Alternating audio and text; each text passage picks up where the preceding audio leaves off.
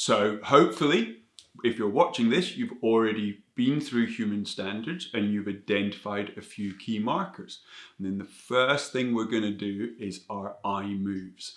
And these are really fundamental to all movement. It is important that you understand that your vision might feel like it works absolutely fine, but there will still be issues around the mobility and control of your eyeballs. So it's important that we don't think we need to be short-sighted or feeling headaches or pain around our eyeballs to benefit from eyeball exercises. In fact, generally some of the most dramatic effects of doing eye movement exercises is on people who feel like they have great vision already. It is our primary sense, and if there are any compromises in our ability to move our eyeballs around, that just increases the amount of stress and load on other movement systems. Don't think you have to feel a problem with vision to benefit from our eye moves. Some of the clues you might want to look out for is the kind of humans that are most likely to benefit from eye drills. One is time of day. Essentially, our visual system gets to recharge and reset overnight. So if you're the sort of mover who gets out of bed feeling pretty good in the morning, but then gradually pain comes in through the day, then it's quite likely that some of that stress is coming from compromises within your visual system. If you have any issues around dizziness, migraines, blurry vision, anything like that, then obviously eye exercises are likely to be a really important thing for you.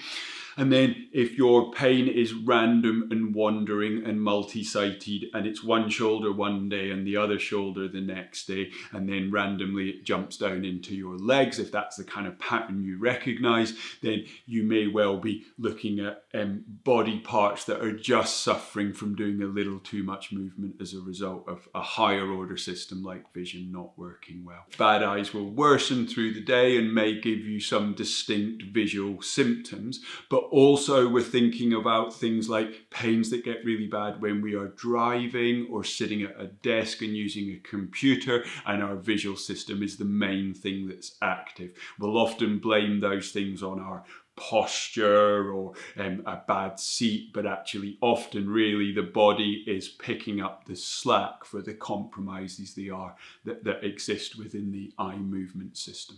So if you have identified a really difficult eye move, then it's important that you then know how to kind of implement practice to improve that. And the key thing is little and often.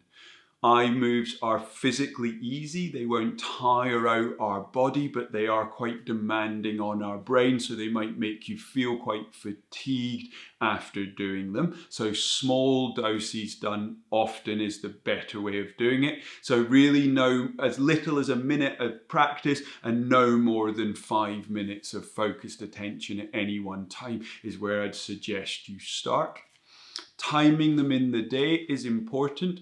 They will often work as real-time painkillers. So the first thing to do is try your difficult eye move when your pain feels really sore and see whether you can use that as a movement-based painkiller, as it were.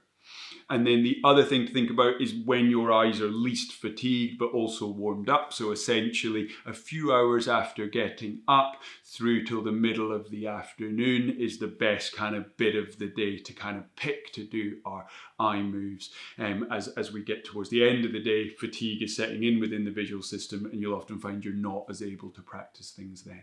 So little and often, focusing mainly on the movements that you find difficult. So for example, if you struggle to keep your head still when moving your eyeballs to the right hand side, we can do a few to the left to work as a teacher to show our bodies and our brains what it ought to feel like, but we want to dominate the practice towards the more difficult movements.